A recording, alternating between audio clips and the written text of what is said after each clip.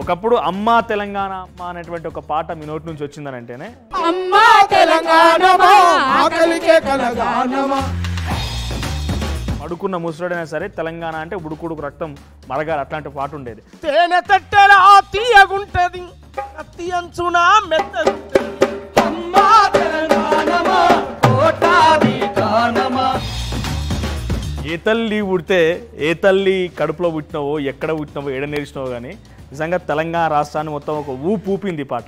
ఏమని పాడాలి నేను ఈ పాట ఎంతని చెప్పాలి గుండె గాయాల కోసం. మొట్టమొదటిగా ఇప్పుడు అప్పుడు నాటి కాలంలో ఉన్నప్పుడు కానీ అన్నలు అనేది చాలా పాపులర్, మావోయిస్టులు అన్నలు అనేది. అలా చూద్దామంటే భయపడే దొరలో దిక్కు పోలీసులో దిక్కు ఎటు చూసి నిర్బంధం ఉండేది కదా. నీకు ఆలోచన ఎందుకు వచ్చింది? ఫస్ట్ అన్నల ఆలోచన నీకు ఎందుకు మైండ్లోకి వచ్చింది? అంటచబుల్ తెలుసు, నాకు అవమానం ఏందో తెలుసు, పేదరికం తెలుసు, దరిద్రం తెలుసు, కన్నీళ్ళు తెలుసు.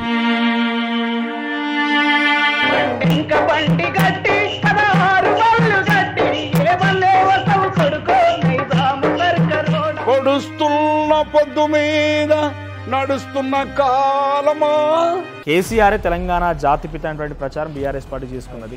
అస్సలు ఎట్టి పరిస్థితులు ఒప్పుకోను. కేసీఆర్ ఏం త్యాగం చేసిండని, ఏ పోరాటాలు చేసిండని? శ్రీకాంతాచారి ఎల్బీ నగర్ చౌరస్తాలో పెట్రోల్ పోసుకొని చనిపోయాడు. కేసీఆర్ త్యాగానికి శ్రీకాంతాచారి త్యాగానికి ఒకసారి ముడిపెట్టి చూద్దాం. ఎవరిది త్యాగం అందాం? వీళ్ళు ఎంతసేపటికి పాతది గూలగొట్టు కొత్తది కట్టు దాని మీద కమిషన్ పట్టు.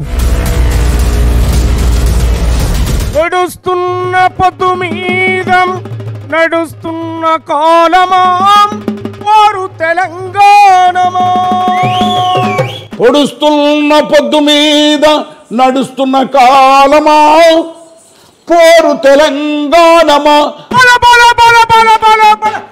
నమస్తే, వెల్కమ్ టు ఆర్టీవీ. నేను మీ మనోజ్. ఏ దేశమైనా ఏ ఖండమైనా ఎక్కడైనా ప్రశ్నించాలంటే దానికి పాట తోడు కావాల్సిందే. అటువంటి ప్రశ్నించేటోళ్ళు తెలంగాణలో చాలా మంది ఉన్నారు. కానీ ఆ ప్రశ్నించేటోళ్ళలోనే one of the top notch ఇప్పుడు నాతో పాటుగా ఆర్టీవీ స్టూడియోలో ఉన్నారు ఏపూరి సోమన్న. ఆయన తన బృందంతో పాటుగా వచ్చాడు.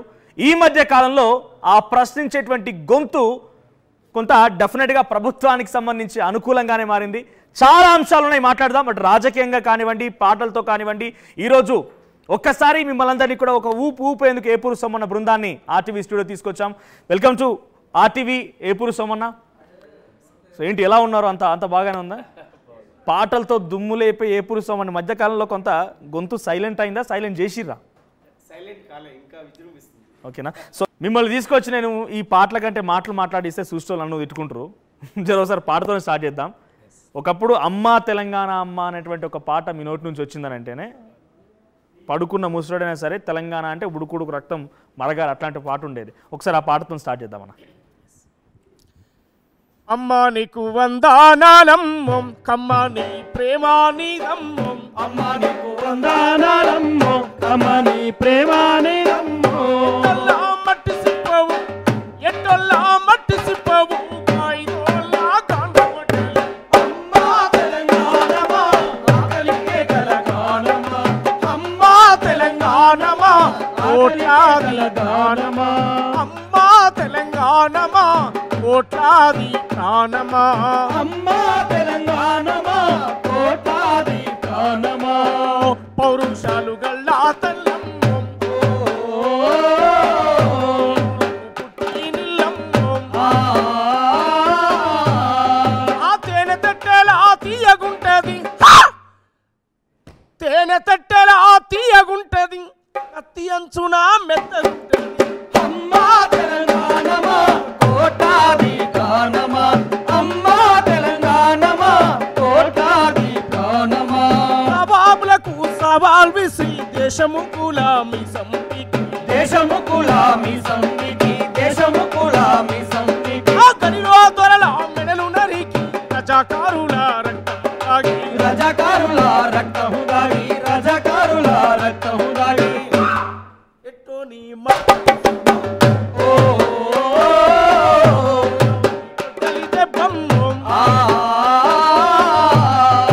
పటేల్ సైన్యముతో పందెమాడిన, పటేల్ సైన్యముతో పందెమాడిన పాడిన ప్రపంచ చరిత్రలో నెత్తుటి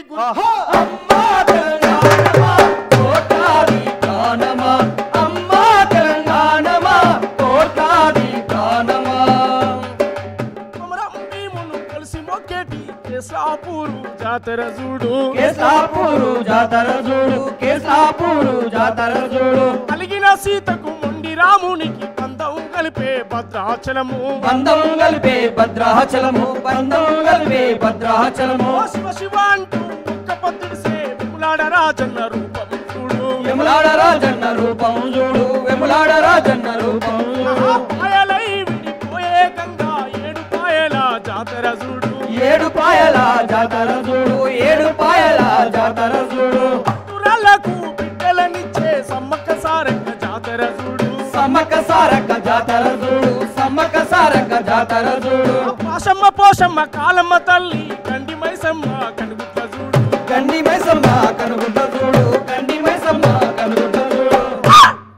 కొమ్రెల్లి మల్లను చూడు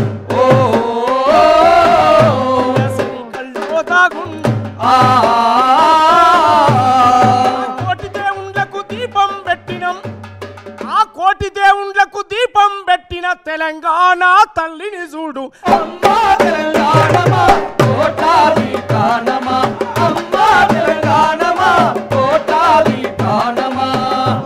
తెలంగాణమా కోట్లాది ప్రాణమా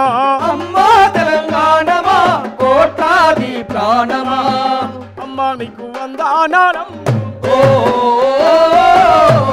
నీ ప్రేమానీరం సల్లగుంటేనే పిల్ల మేకలు నువ్వు సల్లగుంటేనే పిల్ల మేకలు సల్లగుంటారు మెల్లంగుంటారు అమ్మా తెలంగాణమా కోట్లాది ప్రాణమా అమ్మా తెలంగాణమా కోట్లాది ప్రాణమా. అద్భుతంగా ఏం పాటనా ఇది. ఏ తల్లి పుడితే ఏ తల్లి కడుపులో పుట్టినవో ఎక్కడ పుట్టినవో ఏడ నేర్చినావో కానీ నిజంగా తెలంగాణ రాష్ట్రాన్ని మొత్తం ఒక ఊపింది పాట. అద్భుతంగా పాడతావు.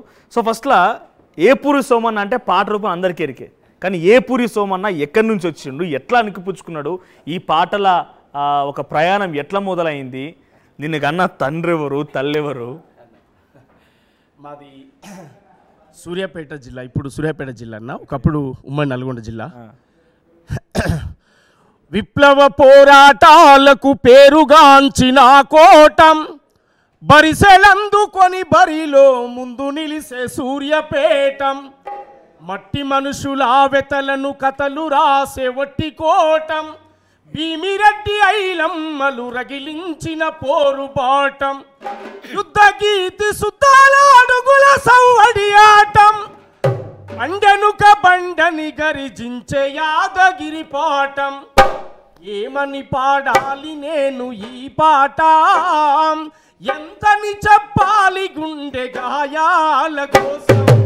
ఏమని పాడాలి నేను ఈ పాట, ఎంతని చెప్పాలి గుండె గాయాల కోసం. ఏమని పాడాలి నేను ఈ పాట, ఎంతని చెప్పాలి గుండె గాయాల కోసం.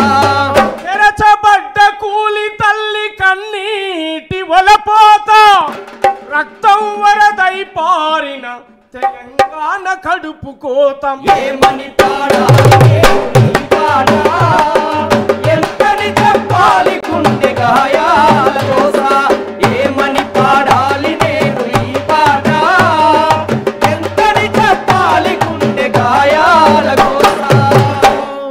ఈ గాయాల గోసలో పుట్టినోన్ని తెలంగాణ రైతాంగ సాయుధ పోరాటం భీమిరెడ్డి, నరసింహారెడ్డి, మల్లు స్వరాజ్యమ్మ, ధర్మభిక్షం, ఆరుట్ల కమలాదేవి, అనేక మంది మహానుభావులు, ఉప్పల మరుసులు లాంటి మహానుభావులు, సూర్యాపేటకు 4 సార్లు ఎమ్మెల్యేగా గెలిచి చివరి జీవితంలో చెప్పులు గుడుతూ చనిపోయిన నిజాయితీ పరుడు పుట్టినటువంటి గడ్డ. మలిదశ తెలంగాణ ఉద్యమాన్ని పట్టాలకెక్కించి విప్లవోద్యమాన్ని ముందుకు నడిపిన మహానుభావుడు మారోజు వీరన్న పుట్టినటువంటి గడ్డ. ఆ నేల మీద పుట్టొచ్చిన మా ఊరు వెలిశాల. మాది సూర్యాపేట జిల్లా, ఇప్పుడు సూర్యాపేట ఒకప్పుడు ఉమ్మడి నల్గొండ జిల్లా.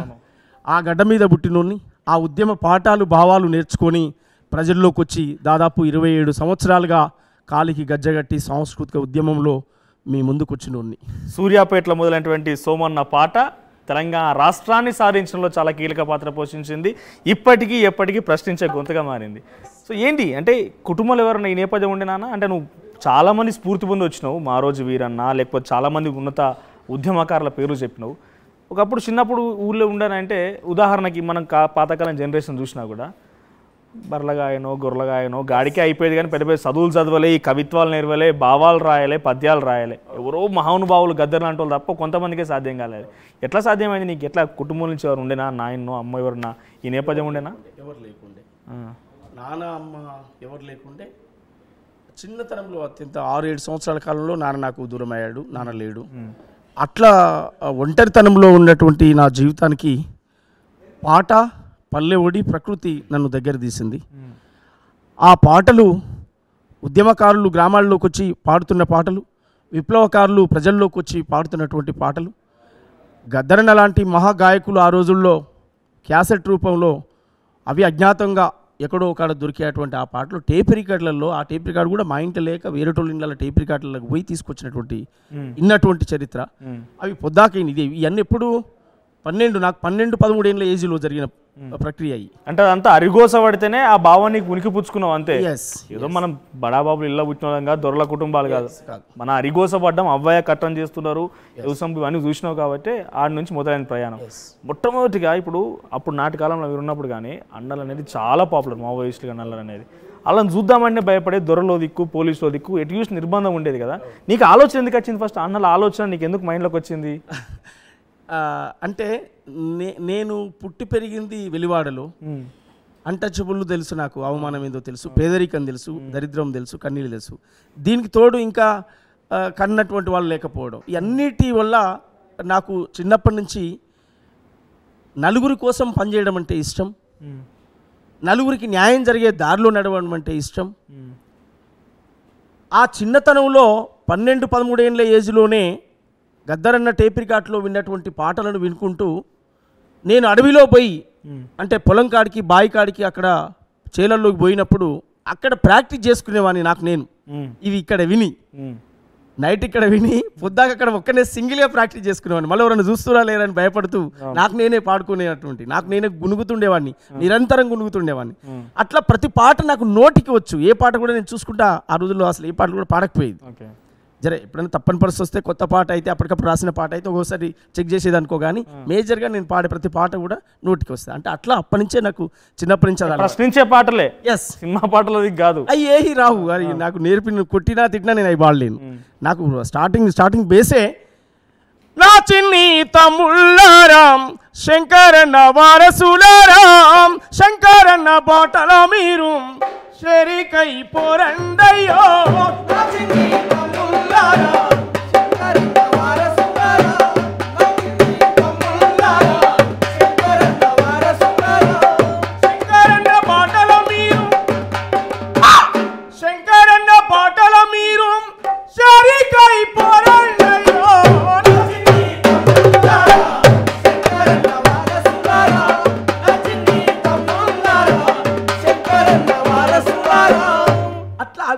ఆ రోజులోనే నేను ఈ పాటలు విన్నటువంటి వాడిని.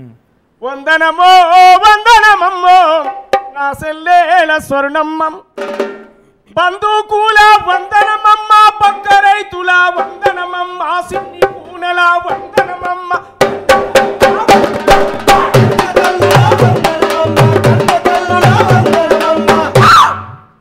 పక్క రైతుల వందనమే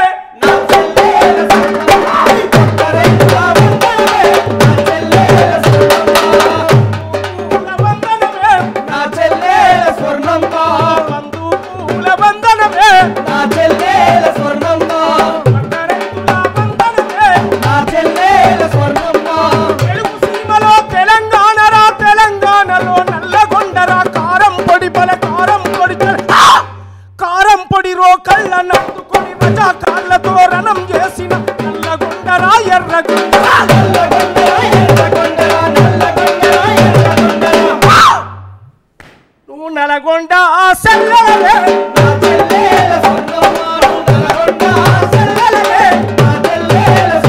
తిలకమ్మ తిలకమ్మే నా చెల్లెల స్వర్ణ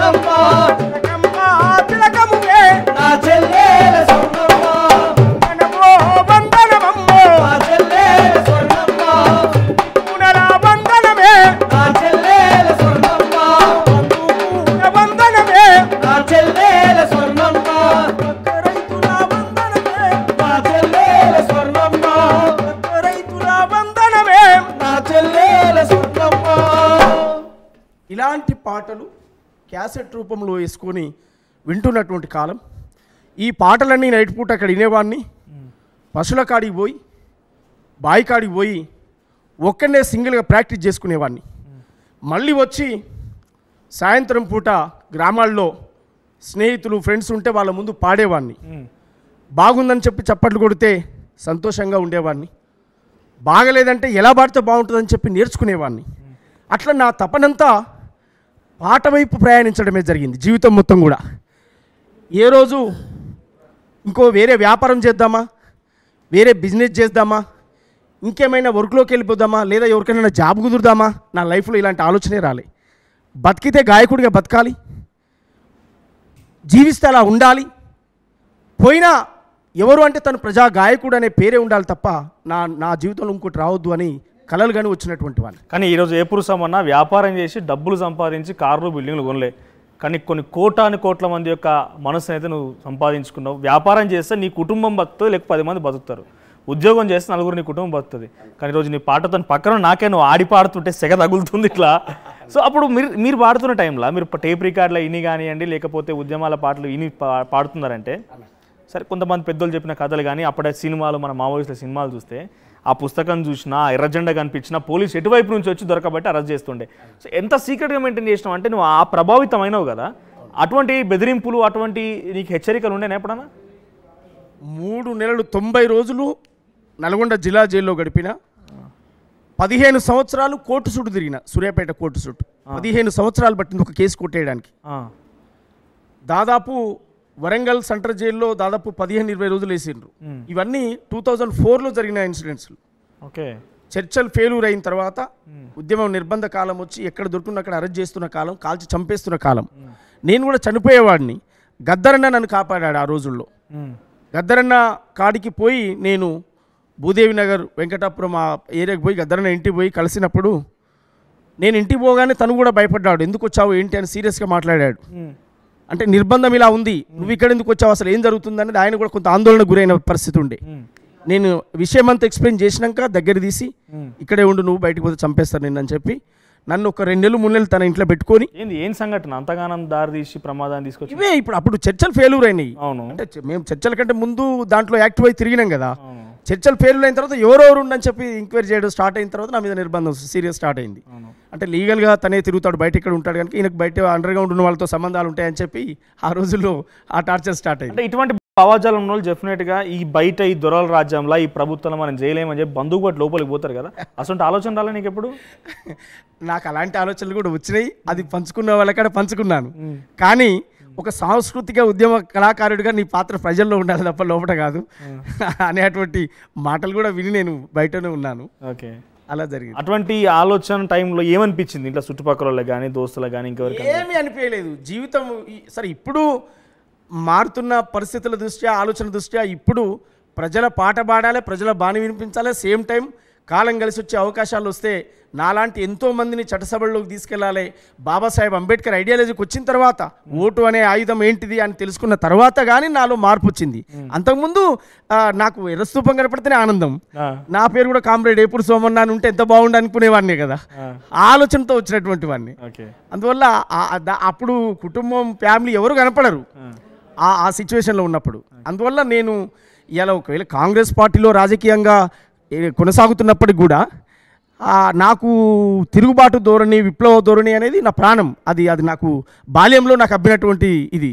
అది నా దాంట్లో బాడీలోకి వెళ్ళి పోదు. అది అట్లని కాంగ్రెస్ పార్టీ అద్భుతంగా ఇవాళ డెమోక్రసీని, భారత రాజ్యాంగాన్ని గౌరవిస్తూ బాబాసాహెబ్ అంబేద్కర్ ఐడియాలజీని ప్రజల్లోకి తీసుకుపోయే ప్రయత్నం ఇవాళ రాహుల్ గాంధీ నాయకత్వంలో జరుగుతూ ఉంది. సామాజిక న్యాయానికి పెద్దపీట వేశారు. ఇవాళ బహుజన మా బతుకెన్నడు మారు అని మేము పాటలు పాడాం. 42% ఇవాళ బీసీలకు రిజర్వేషన్ వచ్చింది. 30 ఏళ్ళుగా ఎయిర దండోరా నా మాదిగన్నల దండోరా అని చెప్పి రోడ్ల మీద ఉద్యమాలు చేసినాం. ఇవాళ రేవంత్ అన్న ప్రభుత్వం వచ్చిన తర్వాత ఎస్సీల ఏబిసిడీల వర్గీకరణ అమలు చేసింది. ఇవన్నీ కొన్ని చారిత్రాత్మకమైన కార్యక్రమాలు వచ్చినప్పుడు నాలాంటి వాళ్ళం సపోర్ట్ చేయకుండా ఇది నిజంగా ప్రజల్లోకి తీసుకుపోకుండా ఉండలేం. కానీ సోమన్న బేసిక్గా మీలాంటి వాళ్ళు కానీ లేకపోతే సామాజిక ఈ స్పృహ కలిగిన వాళ్ళు, కళాకారులు, కామ్రేడ్లు అని చెప్పేటువంటి ఈ పదం అంతా కూడా ఈ ఫ్యాసిస్టు ప్రభుత్వాలకి, ఈ ఒక కుటుంబ పాలనకి వ్యతిరేకమే కదా. నీకు ఎట్లా వచ్చింది మళ్ళీ రాజకీయం? కాంగ్రెస్ పార్టీకి పోయింది, గతంలో చాలా పార్టీలో తిరిగినావు. గద్దరన్నే స్ఫూర్తి. అవునా? మా గద్దరనే స్ఫూర్తి. ఏం చెప్తుండే అన్న? క్లారిటీగా చెప్పాడు, ఈ దేశంలో బుల్లెట్ ద్వారా ఏం చేయలేం. నేను ప్రాక్టికల్గా చెప్తున్నాను, నాది నేను ప్రాక్టికల్ ఎలా చెప్తున్నాను, ఇగో కాన్సరామ్ చేసి చూపించాడు, బ్యాలెట్ అనే పదం చూపించాడు. నేను ప్రాక్టికల్ చేసి చూసి చెప్తున్నాను. నేను బాబాసాహెబ్ అంబేద్కర్ ఇచ్చినటువంటి ఓటు హక్కు ద్వారా ఇక్కడ రాజ్యం సాధించవచ్చు.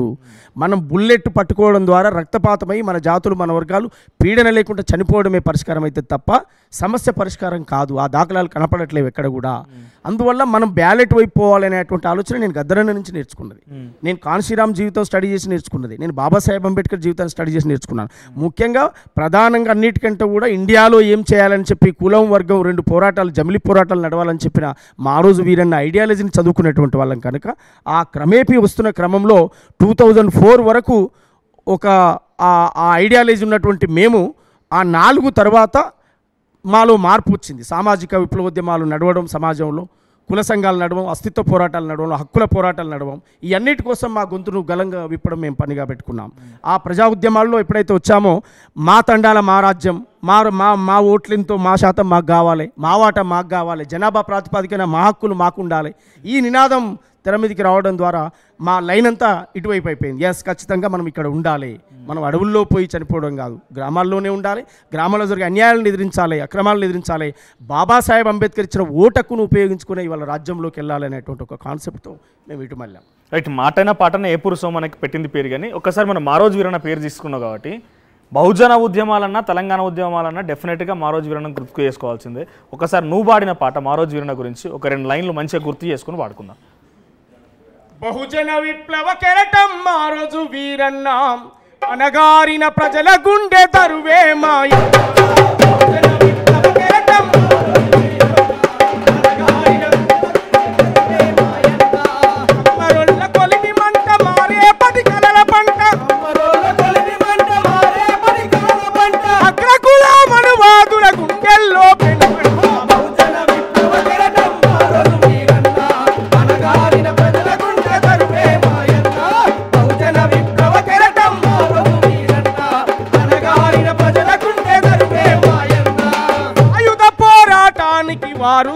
సాయుధ పోరాటానికి దారులు వేసిన గడ్డ, సాయుధ పోరాటానికి దారులు వేసిన గడ్డ, కత్తులకు నెత్తురొద్దిన కొత్తగూడెము బిడ్డ, కత్తులకు నెత్తురొదిన కొత్తగూడెము గడ్డ, సురమ్మ రామలింగం ఆశల రూపానివై, సురమ్మ రామలింగం ఆశల రూపానివై, విద్యాబుద్ధులు నేర్చి ఉద్యమాల బాటబట్టి, విద్యాబుద్ధులు నేర్చి ఉద్యమాల బాటబట్టి, మార్క్స్ పూలే అంబేద్కర్ మహనీయుల దారిలోన, మరో పోరు నిర్మాణం సిద్ధాంతం రాసినాడు. బహుజన విప్లవ కెరటం మారోజు వీరన్న, అనగారిన ప్రజల గుండె తరువే మాయన్న. బహుజన విప్లవ కెరటం మారోజు వీరన్న, అనగారిన ప్రజల గుండె తరువే మాయన్న. ఇది వీరన్న గురించి నేను చెప్పినటువంటి పాట. ఆయన జీవిత చరిత్ర అంతా అందులో పొందుపరిచి రాశాను. ఆయన త్యాగాన్ని చెప్పాను. ఏ పాట చెప్పినా ఏ మాట చెప్పినా వీరన్న లైన్ లేకుండా, వీరన్న పాట లేకుండా నా పాట ఉండదు, రాదు. ఎందుకంటే ఆయన నాకు పునాది. గద్దరన్నను చూడకుండా దూరంగా ఉండి నేను శిశువునయ్యాను, కానీ వీరన్న గ్రామాల్లోకి వస్తే వీరన్న పాడుతుంటే మాట్లాడుతుంటే విన్నాను, నేను లైవ్లో చూశాను ఆ చిన్నతనంలో. నిజంగా అటువంటి వాళ్ళ చరిత్ర, అటువంటి వాళ్ళ యొక్క ప్రయాణం, ఆ ఉద్యమ స్ఫూర్తి మీ పాటల్లో నుంచి, అది ఎవరైనా కానివ్వండి, కళాకారుల పాటల నుంచి బయటకు రాకపోతే ఆ చరిత్ర అక్కడితో ఆగిపోతుంది. ఎందుకంటే ఇప్పుడున్నటువంటి ఫ్యాసిస్ట్ ప్రభుత్వాలు కానివ్వండి, ఒక ఎజెండాతో కార్పొరేటీకరణ ప్రభుత్వం అంతా కూడా, ఆ కార్పొరేటీకరణ ప్రభుత్వంలో వాళ్ళ చరిత్ర చెప్పుకోవడం వల్లే మన రకంగా కొంతమంది అంటే మనకి ఒకప్పుడు ఇట్లుండే, ఇటువంటి జీవితం అనుభవించడం అనేది గుర్తుపట్టాల్సి వస్తుంది. సో ఇటువంటి అమరులు ఎంతోమంది ఉన్నారు కదా. తెలంగాణ అమరుల గురించి కూడా మన పోరాటాలు ఉన్నాయి. ఒక్కసారి తెలంగాణ ఉద్యమంలో నీ నేపథ్యం, గద్దరన్నతో అసోసియేట్ అవ్వడం అన్నీ మాట్లాడదాం. ఒక్కసారి మనం డెఫినెట్గా అమరవీరులను గుర్తు చేసుకోవాలి కాబట్టి ఒక్కసారి అమరవీరులను గుర్తు చేసుకుందాం అన్న. పాటకు సలామో, ఆటకు సలామో, మాటకు సలామో, ఉద్యమ పాటకు సలామో, ఆటకు సలామో, ఆటకు సలామో, ఆటకు సలామో, ఉద్యమ పాటకు సలామో, ఏలకు సలామో, తెలంగాణకు సలామో, నేలకు సలామో, తెలంగాణకు సలామో, ప్రజల కోసం ప్రాణమిచ్చిన వీరులకు సలామో, వీరవనితలకు సలామో, ఆటకు సలామో.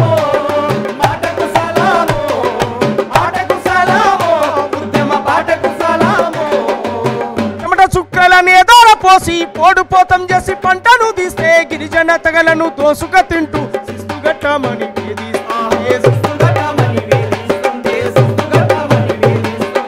ఒక తీరపై కత్తులు చూసి కథనానికి సిద్ధమైన అమ్మలు సమ్మక్కకు సలామో సారక్కకు సలామో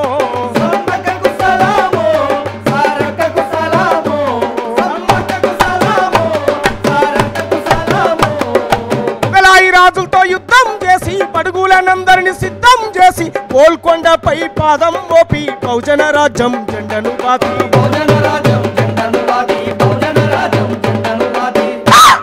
స్వయం పాలన సైరను ఊది సామాజిక న్యాయం పంచిన పాపన్నకు సలాము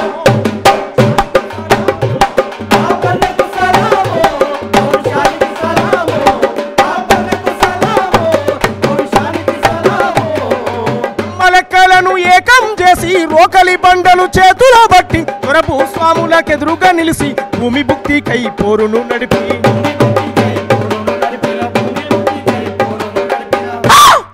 ఆత్మగౌరవ పోరాటాలకు ఆయుధమెత్తిన వీరవనిత మన అమ్మకు సలామో అమ్మకు సలామో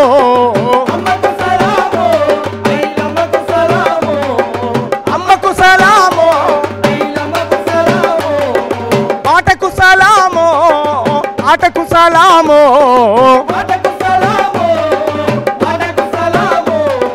మాటకు సలామో ఉద్యమ బాటకు సలామో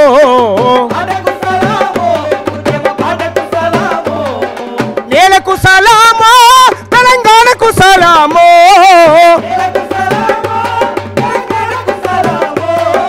ప్రజల కోసం ప్రాణమిచ్చిన వీరులకు సలామో మాటకు సలామో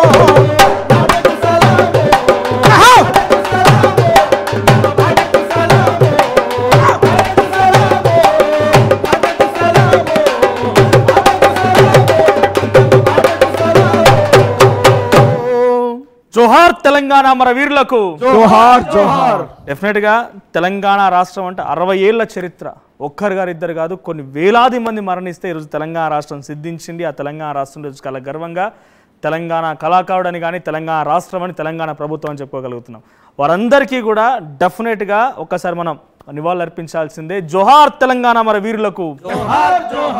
దాంట్లో ఏపూరు సోమన్ లాంటి కొన్ని వేలాది మంది ఉద్యమాలలో నిజంగా నాకు తెలిసి ఎన్నిసార్లు జైలుకు పోయిర్రో, ఎన్నిసార్లు తిండి తిప్పలు మాని స్టేజ్ల మీద ఎగిరిర్రో, ఇవన్నీ తలుచుకుంటే ఒక రకంగా మనకు ప్రత్యక్షంగా దాంట్లోకి వెళ్ళి అనుభవించిన వారు చూసిన వారు అడిగితే ఒక డైరెక్ట్గా కన్నీళ్ళు పెట్టుకుంటారు. ఒకసారి ఏపూరు సోమన్ అడుగుదాం. సోమన 60 ఏళ్ళ ఉద్యమం కదా, మలిదశ ఉద్యమంలో తెలంగాణ రాష్ట్రం సిద్ధించింది. నువ్వు చెప్తున్నటువంటి మారోజు వీరన్న కానీ గద్దరన్న కానీ అందరూ కూడా ఇప్పటి నుంచో పోరాడుతున్న 60 ఏళ్ళ నుంచి అని అంటే దాదాపు ఉన్న దాంట్లో ఒక 10 మంది 20 మంది ఉన్న అప్పటి నుంచి పోరాడిన వాళ్ళు. సో తెలంగాణ ఉద్యమం గురించి చెప్పాలంటే ఫస్ట్ నీకు గుర్తుకొచ్చేది ఏంటి? తెలంగాణ ఉద్యమం గురించి చెప్పాలంటే నాకు గుర్తుకొచ్చేది అమరవీరుల త్యాగాలి. వారు మేము బతికున్నాం, ఇలా వారి గానాన్ని పాడుతున్నాం, వారి త్యాగాలను చెప్తున్నాం. వారి ప్రాణాలను గడ్డిపోచతో సమానంగా తృణప్రాయంగా వారి ప్రాణాలు అర్పించారు. తెలంగాణ ఉద్యమం అంటే గుర్తొచ్చేది ఏంటి? ప్రాణాన్ని మించింది ఈ సృష్టిలో ఏముంది? ప్రాణాన్నే ఇచ్చారు. ఇక దాన్ని ఇంకా అంతకంటే ఏం చెప్పలేము ఒక మనిషి గురించి. అందువల్ల తెలంగాణ ఉద్యమం అంటే గుర్తొచ్చేది చనిపోయిన అమరుల త్యాగాలు, వీధిన పడ్డ రోడ్డు మీద పడ్డ వారి కుటుంబాలు, వారి జీవితాలు. ఒక ఇంట్లో ఎదిగిన కొడుకు పోతే ఆ తల్లి బాధ తండ్రి బాధ ఏంటో అర్థమవుతుంది. ఇవాళ 1200 మందికి పైగా ఆ కుటుంబాల పరిస్థితి ఏంది, వారి రోదనైంది. అలాంటి విషయాలకు పరిష్కారం జరగాలి. అమరవీరుల కుటుంబాలకు న్యాయం జరగాలి. జరిగినప్పుడే వచ్చిన తెలంగాణకు అర్థం ఉంటుందని కూడా మేము అనేక పాటల రూపాల్లో పాడుతూ ప్రజలను చైతన్యవంతం చేస్తున్నటువంటి పరిస్థితి ఉంది. అందువల్ల తెలంగాణ ఉద్యమంలో జనహోరు సంద్రమై ఎగిసాటి కెరటమై త్యాగాల వీణపై రాగాల రాసులై 3.5 కోట్ల గొంతుల కాటై ప్రజా తెలంగాణ పల్లవందుకొని నా వజాగుతుంది కొత్త పోరాటతో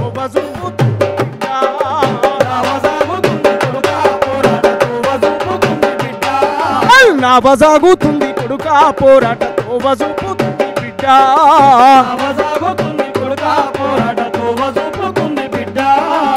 హోరు సాగుతుంది కొడుక తెలంగాణ హోరు సాగుతుంది బిడ్డ హోరు సాగుతుంది కొడుక తెలంగాణ హోరు సాగుతుంది బిడ్డ.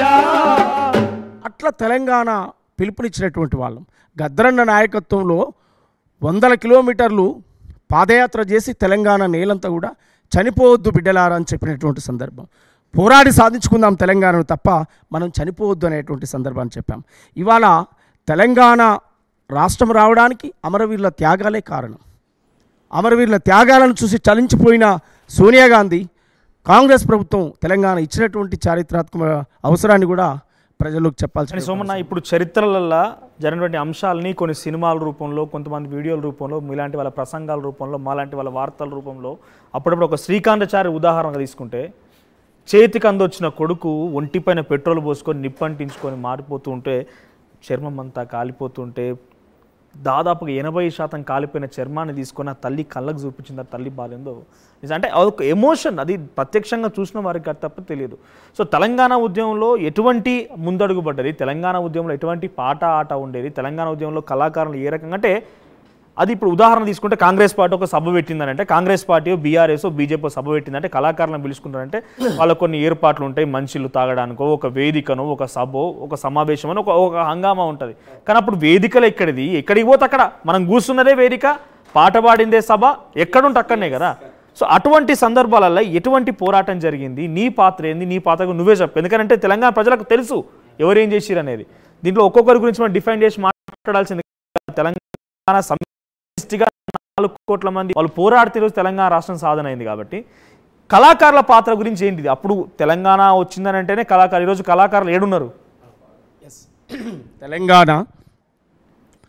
తెలంగాణ పోరాటం రగిలించడానికి కారణం కళాకారులు. తెలంగాణ ఉద్యమం ఇలా అన్యాయమైందని చెప్పింది పాటల రూపంలో. తెలంగాణ ప్రత్యేక రాష్ట్రం కావాలనే డిమాండ్ను ప్రజల్లోకి తీసుకుపోయింది పాట ద్వారా. కళాకారుల పాత్ర అమోఘమైనది. ఆ కళాకారుల యొక్క పాటలు, ప్రజా పోరాటాలు రగిలించిన తర్వాత అమరవీరులు, విద్యార్థి వీరులు ముందుకొచ్చి మా ప్రాణం పోతరన్న ఈ రాష్ట్రం వస్తుందేమో, ప్రాణమున్న పూని కానీ మాకు రాష్ట్రమే కావాలని చెప్పి నినదించి వాళ్ళు ప్రాణాలు అర్పించారు. అందువల్ల పాటతో మొదలైనటువంటి ఉద్యమం, పాటతో మొదలైనటువంటి ప్రారంభం ప్రజలను సమీకరించింది, పోరాటాల వైపు మళ్లించింది. కొంతమంది విద్యార్థులు నిరాశ నిస్పృహల్లో ఉండి చనిపోయారు. వాళ్ళు తమ ప్రాణాన్ని తృణప్రాయంగా వదిలేసి చనిపోయారు. గడ్డి పరకతో సమానంగా వదిలేశారు. మేము పోయినా పర్వాలేదు, ఎదిగే భవిష్యత్ తరాలైనా మంచి బతకాలి అని వాళ్ళ ప్రాణాలు ఇచ్చారు. అట్లాంటి అమరుల త్యాగాలు వెలకట్టలేని వందల వేలాది సాంస్కృతిక సైన్యం తెలంగాణ గడ్డ మీద ఇప్పటికీ ఉన్నది. చాలామంది 550 మంది కళాకారులకు కేసీఆర్ ప్రభుత్వంలో ఉద్యోగాలు ఇచ్చారు. మిగతా కళాకారులందరినీ కూడా విస్మరించారు. అలాంటి వాళ్ళకు కూడా ఇవాళ అవకాశం రావాలని చెప్పి మేము ప్రయత్నం చేస్తూ ఉన్నాం. అలాంటి కళాకారులు చాలామంది ఉద్యమాలు చేసి అలసిపోయినటువంటి వాళ్ళు, కొంతమంది 50 ఏళ్ళు 60 ఏళ్ళు వచ్చిపోయి వయసు పైబడినటువంటి వాళ్ళు కూడా ఉన్నారు.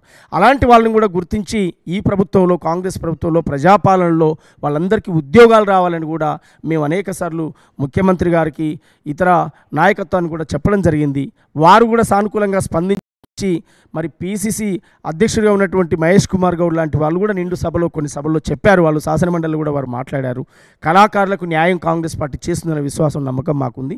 ఆ కళాకారులందరినీ ప్రభుత్వంలో భాగస్వామ్యం చేస్తాం. ప్రజాపాలనలో భాగస్వామ్యం చేసి వారి జీవనోపాధి, వారికి వృత్తి కల్పిస్తూనే వారి హక్కులు, ఆత్మగౌరవాన్ని కూడా నిలబెట్టుకుంటాం తప్ప ఎక్కడ కూడా వారికి భంగం కలిగే విధంగా ప్రజాపాలన చూడదనేది మా అభిప్రాయం. ప్రత్యక్ష తెలంగాణలో నీ పోరాటం గురించి పెద్దగా చెప్పాల్సిన అవసరం లేదు. సో తెలంగాణ వచ్చిందని అంటే ఏ ఒక్కరికే మనం క్రెడిట్ ఇవ్వగలుగుతాం? ఒక్కరి తెలంగాణ రాష్ట్రం తీసుకొచ్చిరా? అది అసలు సాధ్యంగా అంటే పోయిన ప్రభుత్వంలో జరిగినాయి కాబట్టి నేను ఒక రాజకీయ నాయకుడు అడుగుతున్నా. నేను కేసీఆర్ తెలంగాణ జాతిపిత అనేటువంటి ప్రచారం బీఆర్ఎస్ పార్టీ చేసుకున్నది. సో ఒక తెలంగాణ ఉద్యమకారుని అంగీకరిస్తావు దాన్ని? అస్సలు ఎట్టి పరిస్థితులు ఒప్పుకోను. కేసీఆర్ నలుగురు జమైనాక వచ్చిన ఒక ఉపన్యాసకుడు మాత్రమే. తెలంగాణకు కేసీఆర్ ఎలా జాతిపిత అవుతాడు? కాడు.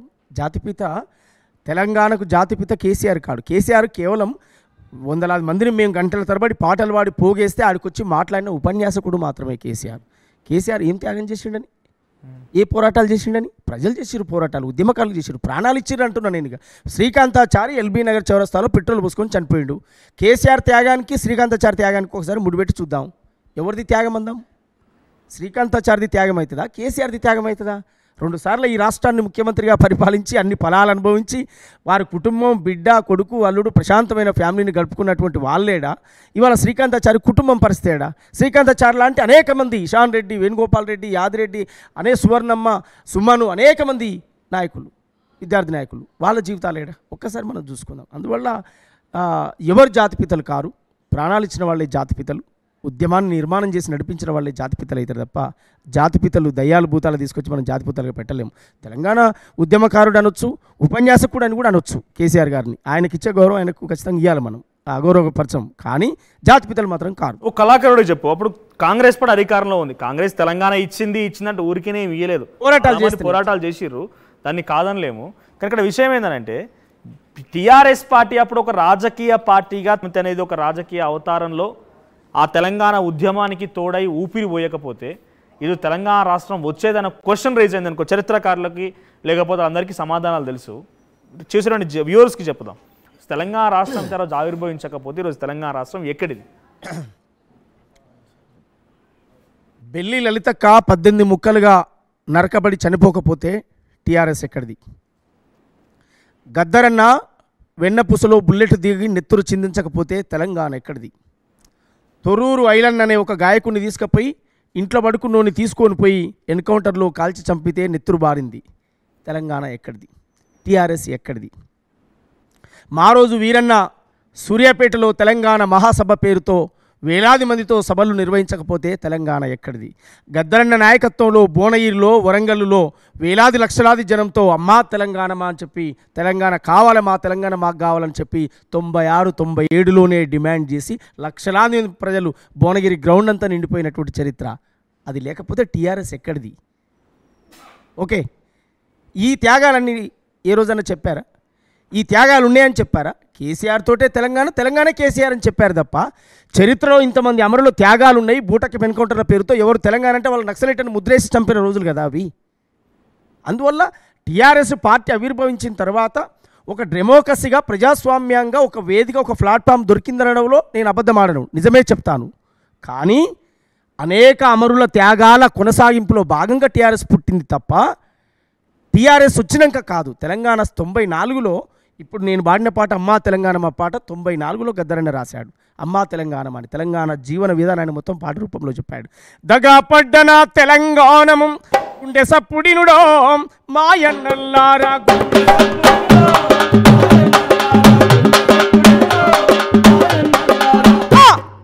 తెలంగాణములో బళ్ళే లేవు, ఉన్న బడులకు పవంతు లేదో,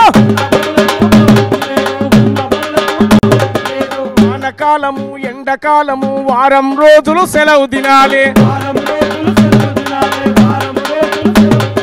చెట్ల కింద మా పోరగాళ్ళు నీడ తిరిగినట్టు తిరుగుతుంటారు, పోరెలు వస్తే పంతులు రాడు, పంతులు వస్తే పోరెలు రాడు,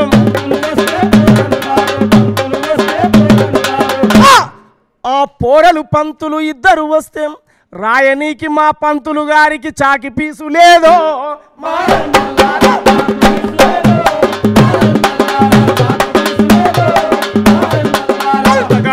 బల్తగా పడ్డ చల్తగా పడ్డ నా తెలంగాణము గుండె సప్పుడినుడో ఆయన్నల్లారా, గుండె సప్పుడినుడో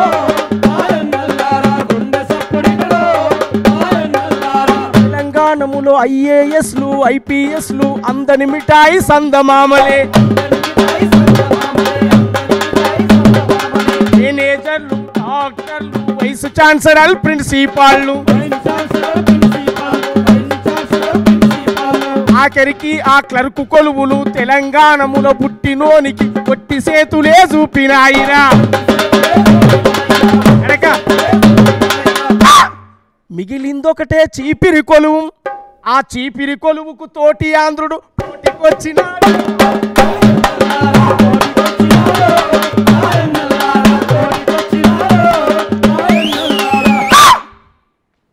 ఇది కదా జీవితం గద్దరన్న రాసింది.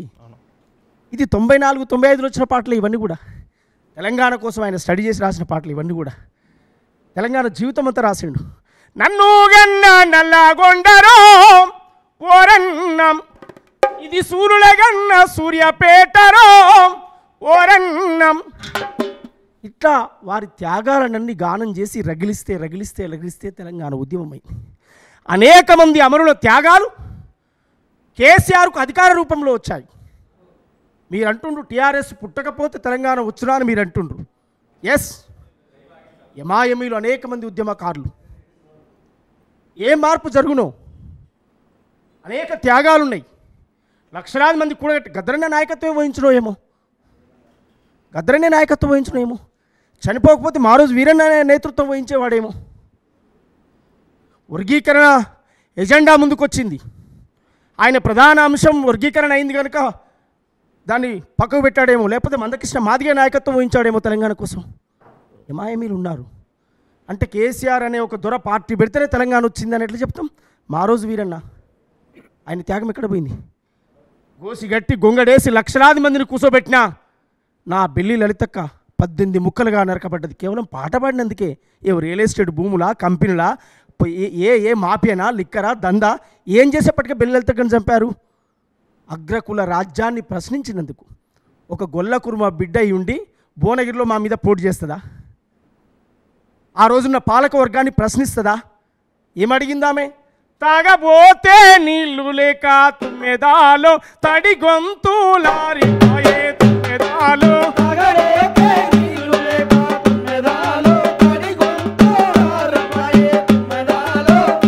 అట్లా ప్రశ్న వేసింది ఆమె.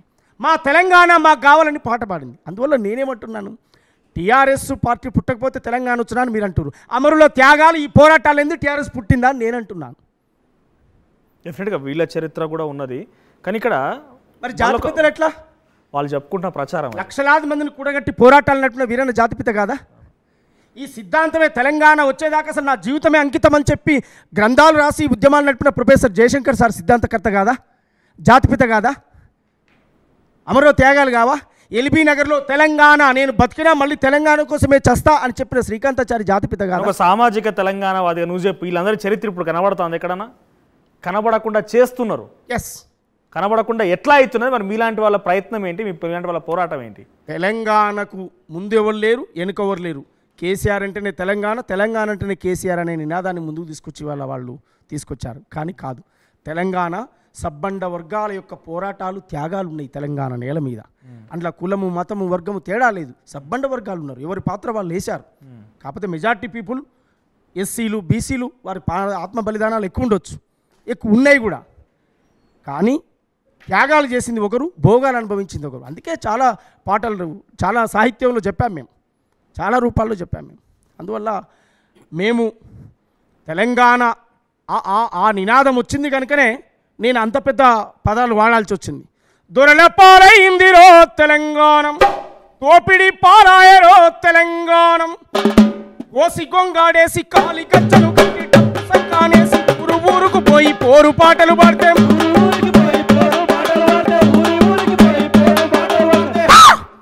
ఎవని పాలైందిరో తెలంగాణ, ఎవడేలుతున్నాడు రో తెలంగాణ, ఎవడి పాలైందిరో తెలంగాణ, ఎవడేలుతున్నాడు రో తెలంగాణ, ఓసి గొంగాడేసి కాలి గజ్జను గట్టి ఆహా డప్పు సంకానేసి ఊరు ఊరుకు పోయి పోరు పాటలు పాడితే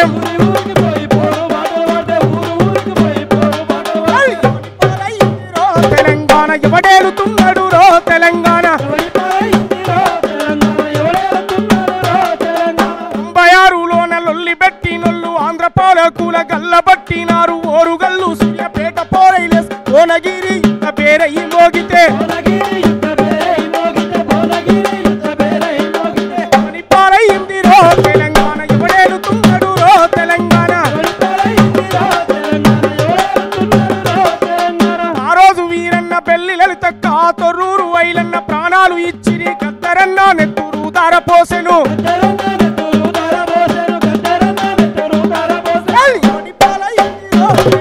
ఎవడేలుతున్నాడు రో తెలంగాణ.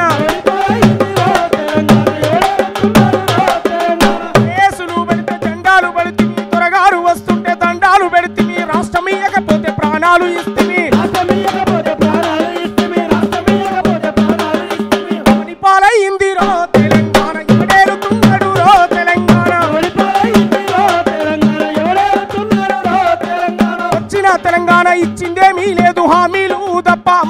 కాకపాయ సప్పండ జాతులను మోసమే చేసి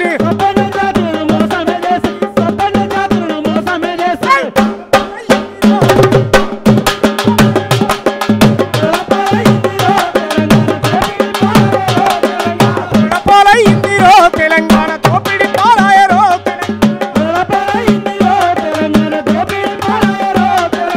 పోరుబాటందుకోరో తెలంగాణ తొల తరిమికొట్టరో తెలంగాణ.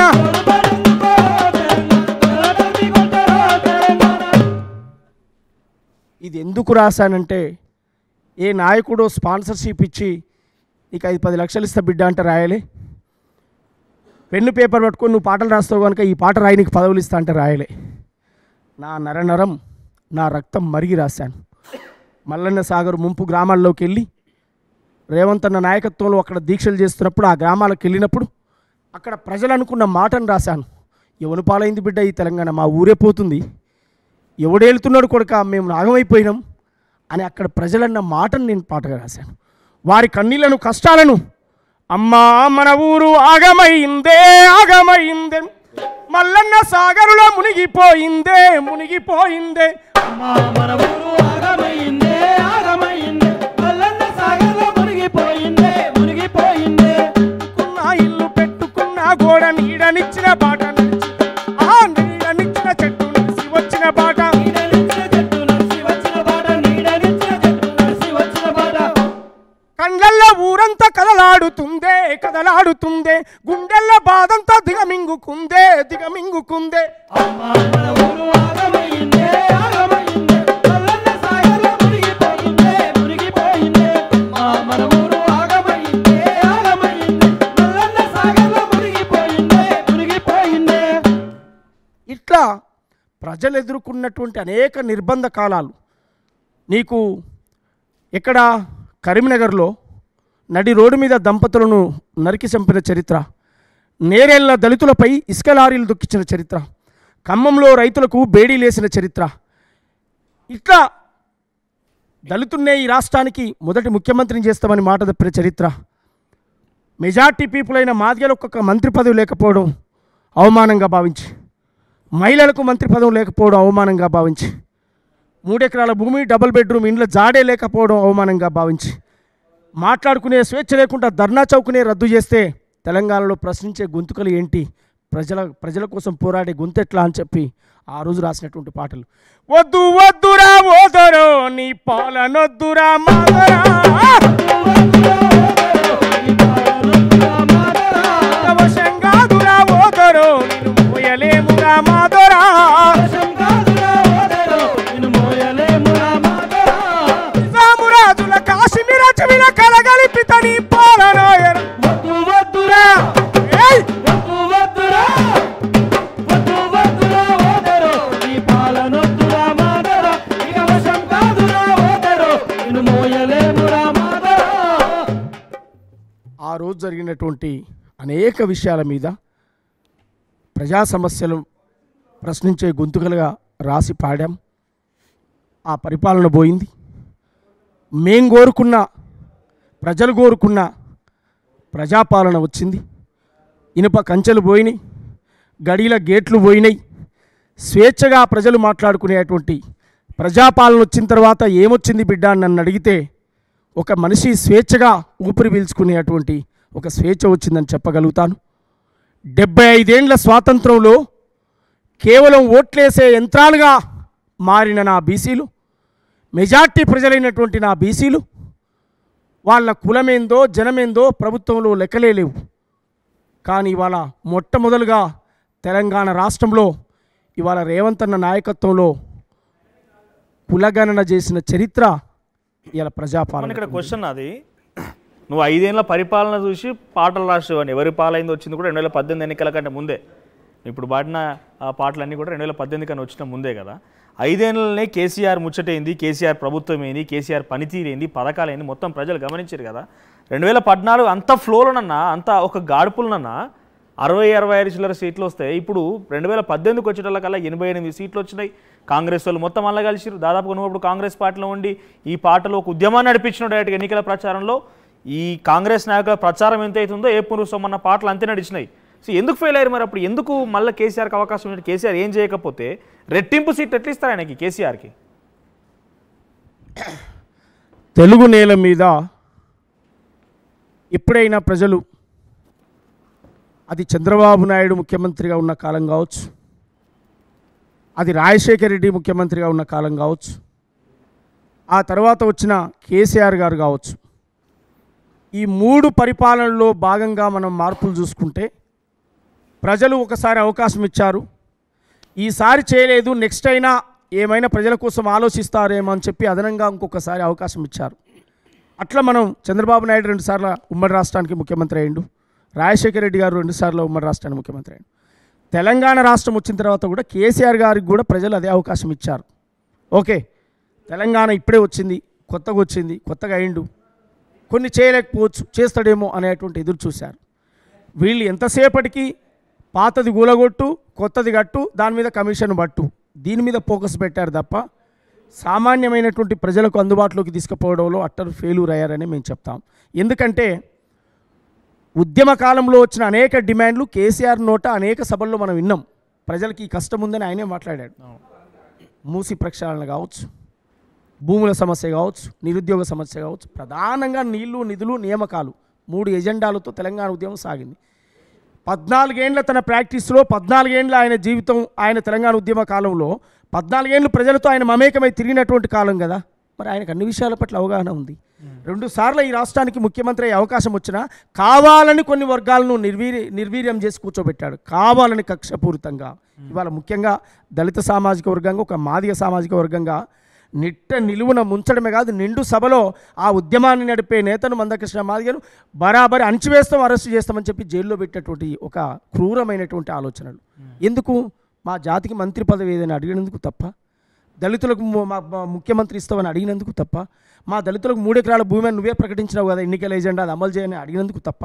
అంటే ఇట్లాంటి ఎన్నో జరిగినాయి. రేవంత్ అన్నను ఇంట్లో అరెస్ట్ చేసి చుట్టుముట్టినటువంటి సందర్భాలని నేనేమంటున్నంటే, ప్రజాస్వామ్యంలో ఏ పాలకుడైనా తమ నినాదం ఒకసారి ప్రజల్లోకి ఇచ్చినప్పుడు అది వెనకనా ముందా అమలు చేయకపోతే తిరుగుబాటు అనేది అనివార్యం. సో మన ఇదే క్వశ్చన్ నేను చాలా జర్నలిస్ట్గా చాలామంది మాజీ మంత్రులు, అంటే ఇప్పుడున్నటువంటి బీఆర్ఎస్ మాజీ మంత్రులను చాలామంది అడిగినప్పుడు వాళ్ళు ఏం చెప్తారంటే, ఒకప్పుడు తెలంగాణలో మీరే పాటల రూపంలో పాడారు, నెరలు వారింది తెలంగాణ అని పాటలు పాడారు. ఇప్పుడు ఆ పరిస్థితి లేదు, నీళ్ళు వచ్చినాయి, మనకు పచ్చని పైర్లు కనబడుతున్నాయి, పొలాలు కనబడుతున్నాయి, కరెంటు లేదు, కరెంటు వచ్చింది అంటున్నారు.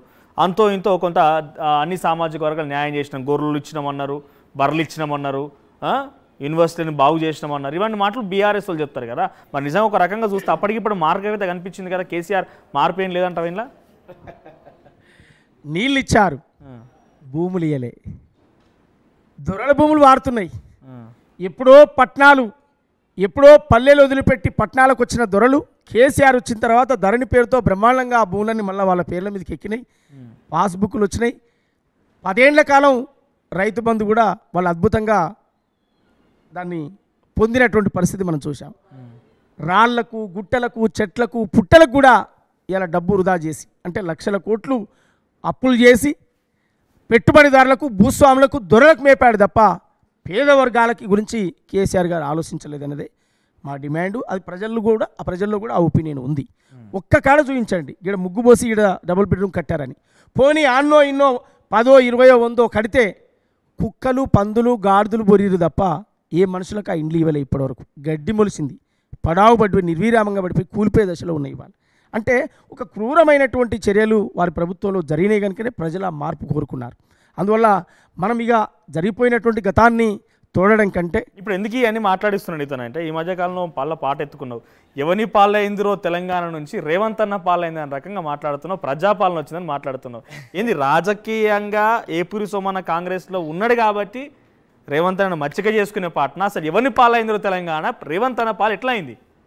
రేవంత్ అన్న పాలైంది అని అనలే నేను, ప్రజల పాలైంది అన్న. ఓకే, ప్రజల పాలైంది అని ఎందుకు అన్నాను అంటే, మెజార్టీ ప్రజలైనటువంటి నా బీసీలకు 42% రిజర్వేషన్ రేవంత్ అన్న నాయకత్వంలో వచ్చింది.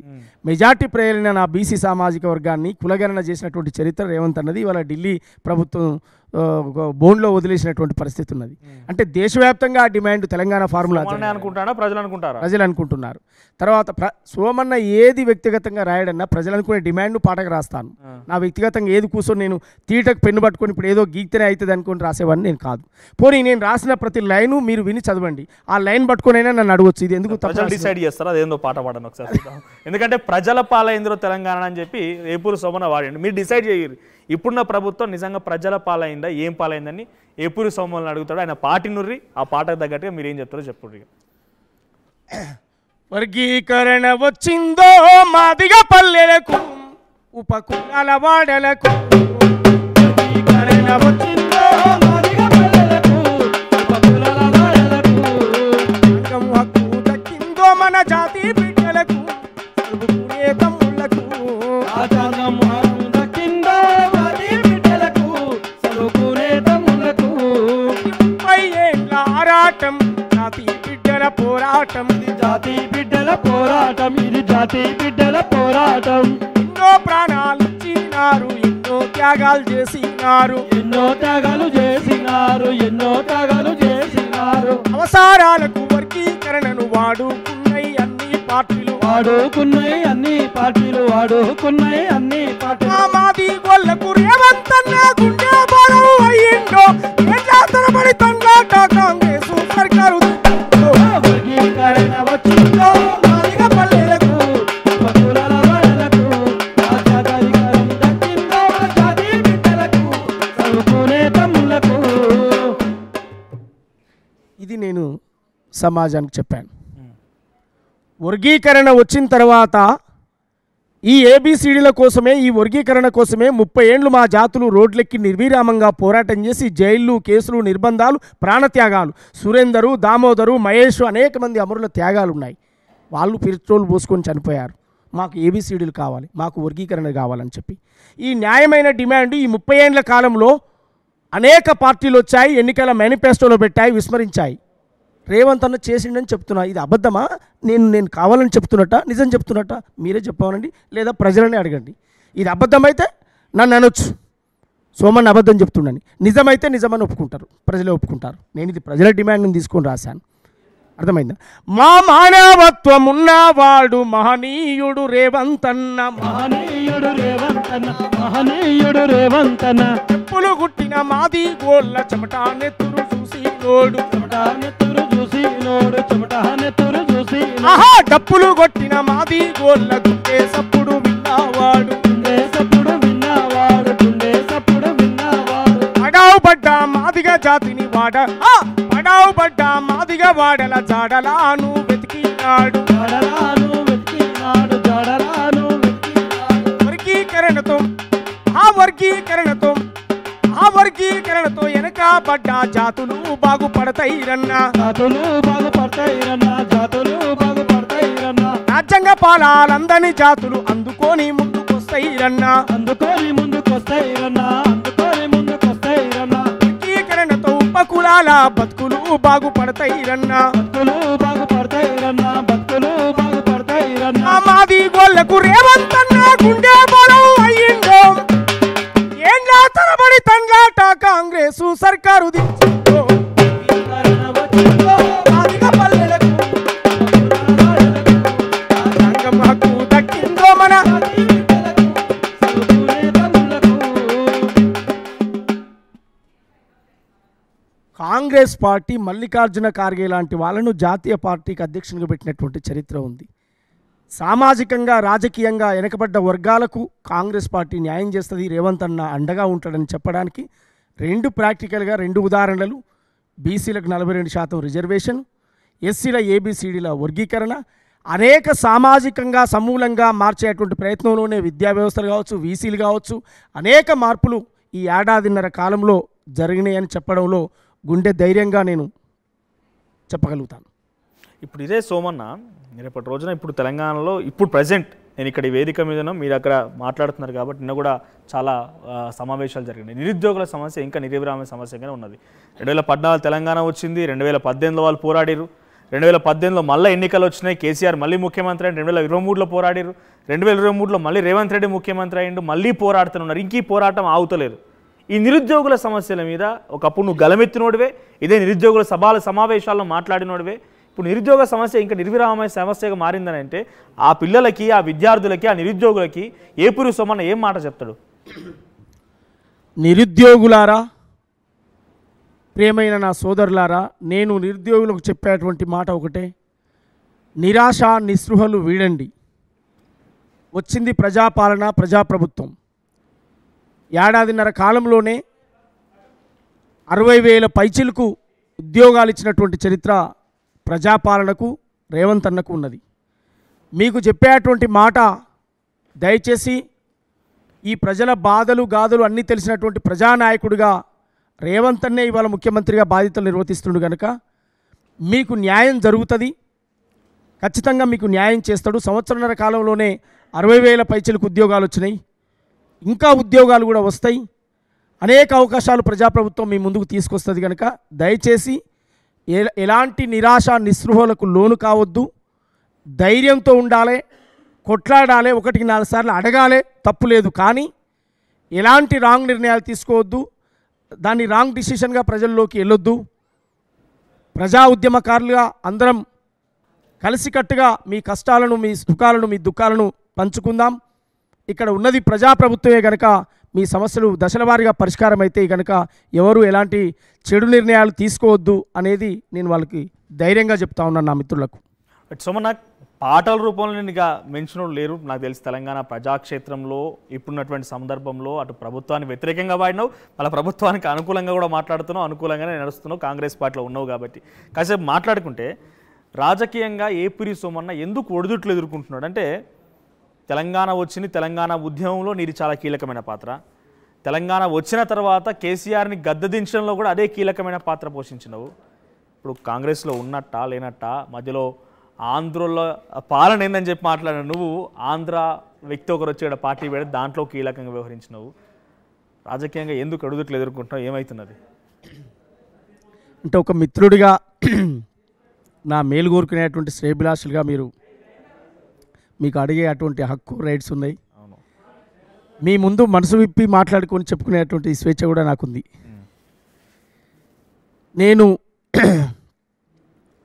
నా తాతో నా తండ్రో రాజకీయ బ్యాక్గ్రౌండ్ నుంచి వచ్చిన కుటుంబం నాది కాదు. కేవలం గొంతును పెట్టుబడిగా పెట్టి నేను ప్రజల్లోకి వచ్చినటువంటి వాడిని. నా జ్ఞానాన్ని, నా సాహిత్యాన్ని 4 పదాలు అల్లి వచ్చినటువంటి వాడిని. కేవలం పాటే పాడుతూ జీవించాలనుకోవటం లేదు, నేను ఆటే ఆడుతూ జీవించాలనుకోవటం లేదు. భారత రాజ్యాంగం బాబాసాహెబ్ అంబేద్కర్ ఇచ్చినటువంటి హక్కును నేను కూడా ఉపయోగించుకోవాలి, నా వర్గాలకు నేను న్యాయం చేయాలి అనేటువంటి ఒక లక్ష్యంతో నేను ముందుకొచ్చినటువంటి వాడిని కనుక రాజకీయంగా ఒక స్పేస్ అనేది సంపాదించుకోవడం కోసం రకరకాల ప్లాట్ఫామ్లు తిరుగుతున్నటువంటి వాడిని. ఎందుకంటే నా తాతో తండ్రి అడ్వాన్స్గా రాజకీయాల్లో ఉంటే నాకు ఈ బాధ ఉండకపోవు. పాపం వాళ్ళకున్న కష్టాలు వాళ్ళ లైఫ్లో వాళ్ళు అనుభవించారు కనుక వాళ్ళు ఇక్కడి వరకు అందుకోలేకపోయారు. పాట అనేటువంటి ఉద్యమ బాటను ఎంచుకొని నేను ప్రజల్లోకి వచ్చాను, ప్రజల్లో గుర్తింపు పొందాను కనుక ఖచ్చితంగా నేను అనుకున్న గోల్ రీచ్ అయ్యేటువంటి క్రమంలో కొన్ని తప్పటడుగులు, కొన్ని ఒడిదుడుకులు జరిగినటువంటి మాట నిజం, ఇది ఒప్పుకోవాలి. కొన్ని చిన్న చిన్న నిర్ణయాలు తీసుకోవడం ద్వారా, మిస్టేక్ నిర్ణయాలు తీసుకోవడం ద్వారా కొంత గ్యాప్ జరిగింది, కొంత ఇబ్బంది జరిగింది, వాస్తవం అది. కానీ ఎప్పుడైనా నా ప్రయాణం కాంగ్రెస్ తోటే, నా ప్రయాణం రేవంత్ అన్నతోటే. నా ఆటైనా పాటైనా మాటైనా వారు చేసిన మంచిని ప్రజలకు చెప్తా, చేయంది చెప్పను. వారు చేసే మంచిని మాత్రమే జనంలోకి తీసుకుపోయేటువంటి ఒక సాంస్కృతిక సైనికుడిగా పనిచేస్తాను. ప్రజాపాలన చేసేటువంటి మంచి పనులు ప్రజల్లోకి తీసుకుపోవడానికి ఒక కార్యకర్తగా పనిచేస్తాను. ముఖ్యంగా జై బాపు, జై భీమ్, జై సంవిధాన్, భారత రాజ్యాంగమే బడుగులకు రక్షణ, భారత రాజ్యాంగాన్ని కాపాడుకుందామనేటువంటి ఒక నినాదాన్ని అల్లంపూర్ నుంచి ఆదిలాబాద్ వరకు భవిష్యత్తులో ఒక గొప్ప సాంస్కృతిక యాత్ర కూడా చేయబోతా ఉన్నాను.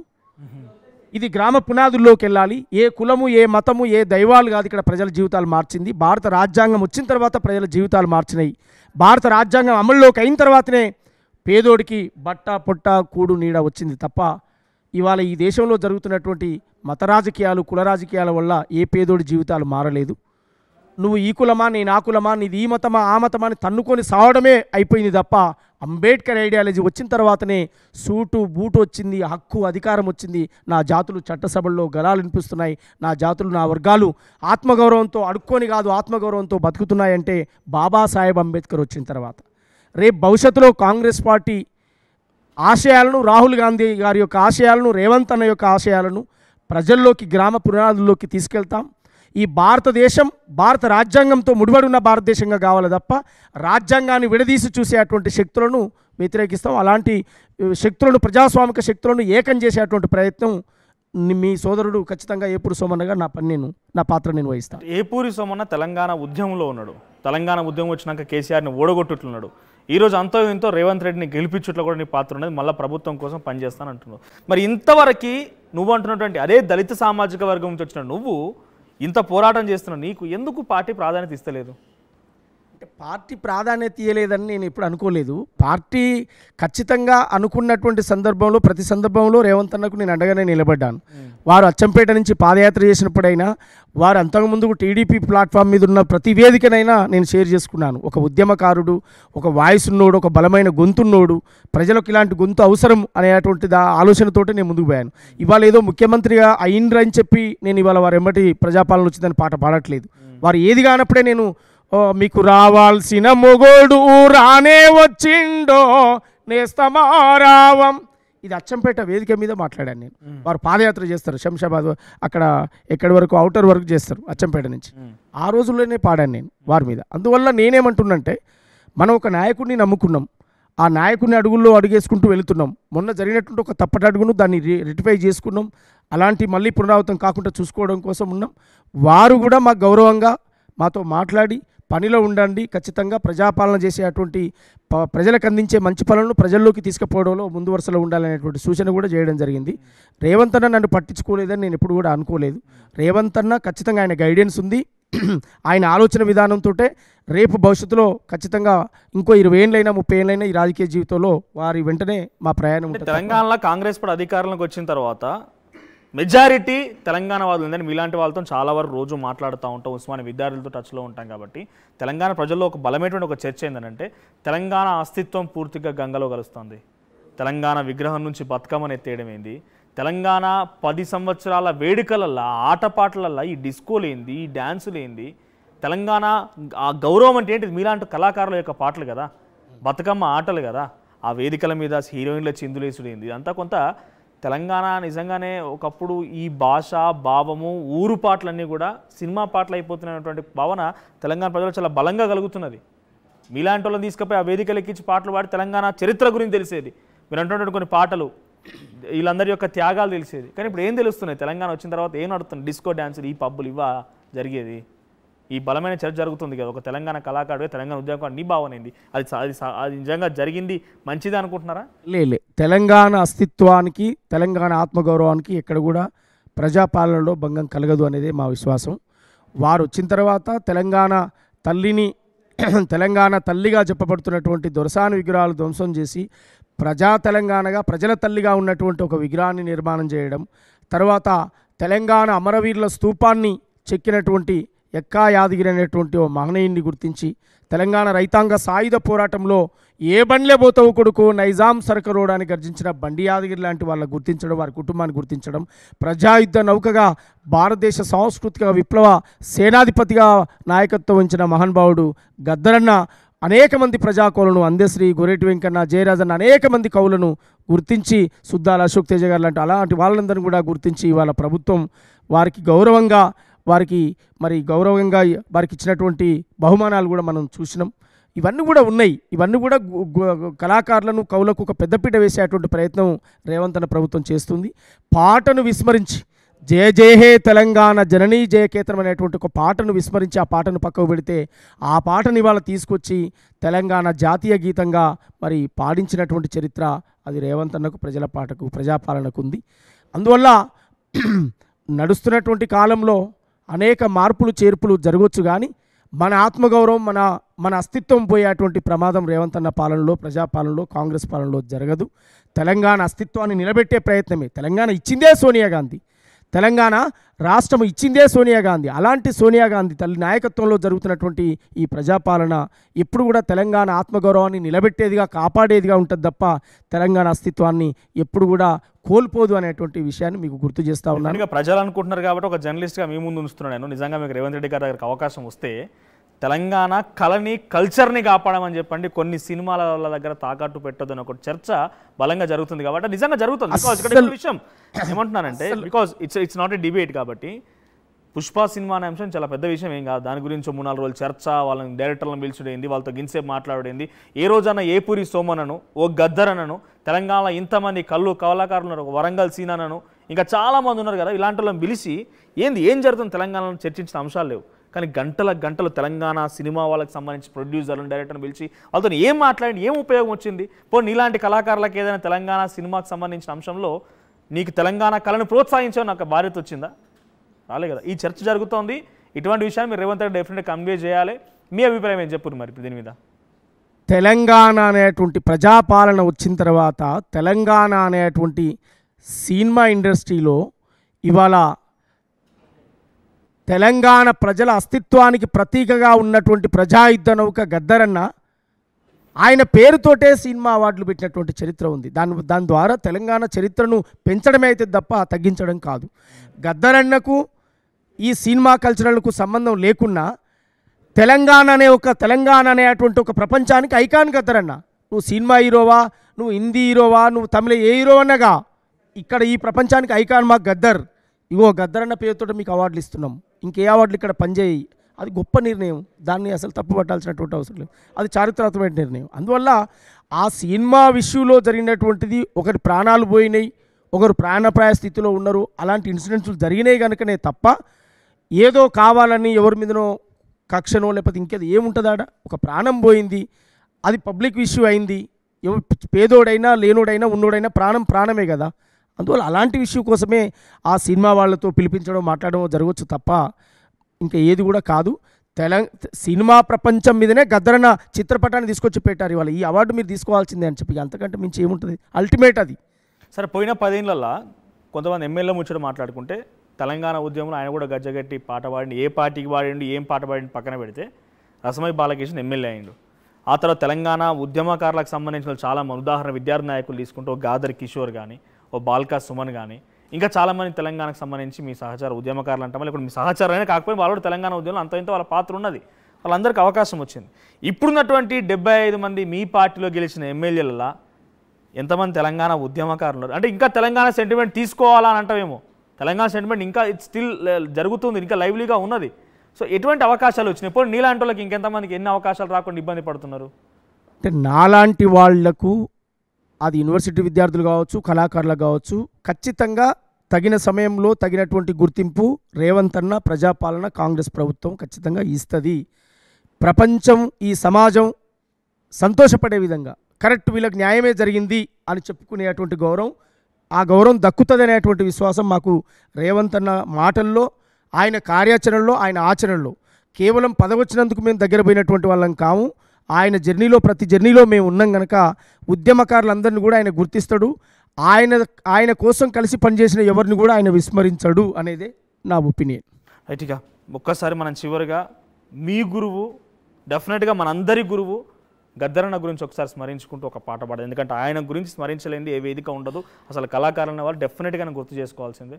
ఒక్కసారి ఆ పాట పాడుకుందాం మనం. గద్దరన్న గురించి ఒక మంచి పాట నీకు నచ్చినాయి. త్యాగాల పాటవన్నో మాయన్న గద్దారన్న, ఉద్యమాల బాటవన్నో మాయన్న గద్దారన్న, త్యాగాల పాటవన్నో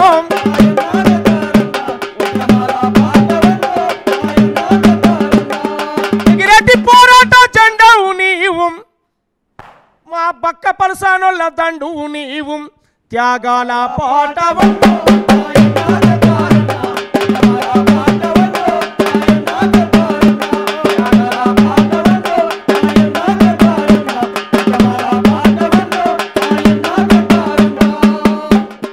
పాటై జీవించావేం మాయన్న గద్దారన్నాం, ప్రజల పాటై బతుకుంటావేం మాయన్న గద్దారన్నాం, త్యాగాల పాటవన్నో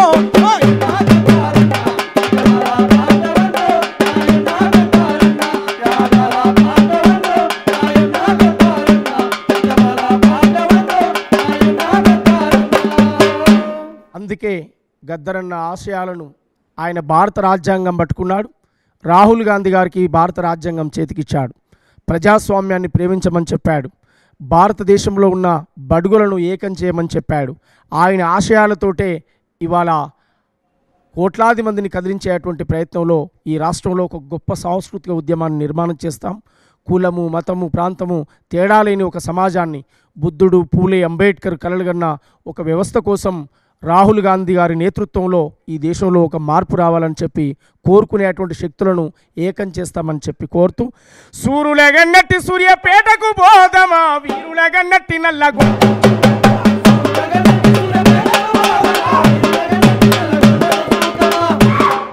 మల్ల త్యాగాలతో వబడదమా మల్ల ఉద్యమానికి దారులేదమా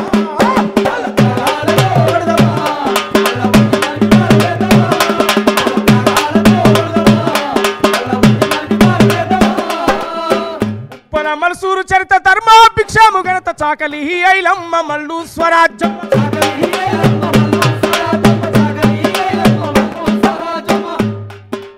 యుద్ధ గీతి శుద్ధాల బండి యాదగిరి మా రోజు వీరన్న మన బెల్లి లలితక్క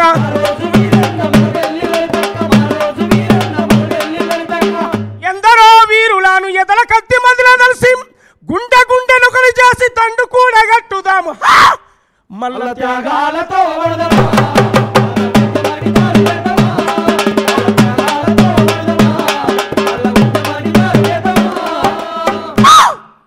పల్లె పల్లె పోయి వద్దమా ప్రజాపాలనలో భాగమవుదమా పల్లె పల్లె పోయి వద్దమా ప్రజాపాలనలో భాగమవుదమా పల్లె పల్లె పోయి వద్దమా ప్రజాపాలనలో భాగమవుదమా పల్లె పల్లె పోయి వద్దమా ప్రజాపాలనలో భాగమవుదమా ప్రజాపాలనలో భాగమవుదమా ప్రజాపాలనలో భాగమవుదమా ప్రజాపాలనలో భాగమవుదమా.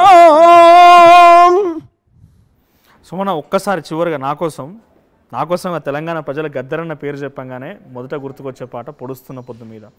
ఒక రకంగా నా ఇండివిజువల్ ఒపీనియన్ అనుకున్నా, లేకపోతే మెజారిటీ ప్రజలు కూడా అదే అనుకుంటున్నారు. ఏంటంటే గద్దరన్న గొంతుని కానీ గద్దరన్న హావభావాలు కానీ పునికి పుచ్చుకుంది కేవలం ఏపూరి సుమన మాత్రం. ఏం చెప్పడం కాదు, కొన్ని సందర్భాల్లో గోరేటి వెంకయ్య లాంటి పెద్ద పెద్ద కళాకారులు కానివ్వండి వాళ్ళు కూడా చెప్పినటువంటి మాటలు చూసినాం. కాబట్టి ఒక్కసారి పొడుస్తున్న పొద్దు మీద నీ నోటి నుంచి గద్దరన్ననే ఒక్కసారి ఇక్కడ కనిపించాలని అంటే అది నీతోనే సాధ్యమవుతుంది. ఒక్కసారి పొడుస్తున్న పొద్దు మీద. పొడుస్తున్న పొద్దు మీద నడుస్తున్న కాలమా వారు తెలంగాణమా పొడుస్తున్న పొద్దు మీద నడుస్తున్న కాలమా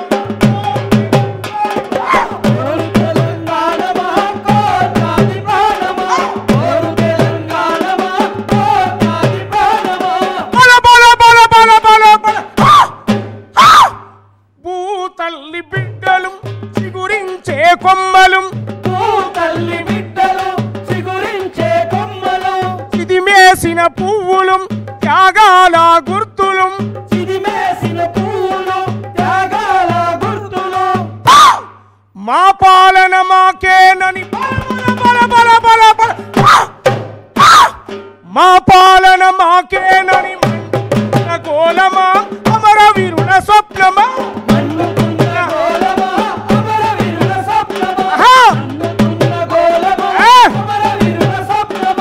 పొడుస్తున్న పొద్దు మీద నడుస్తున్న కాలమా పోరు తెలంగాణ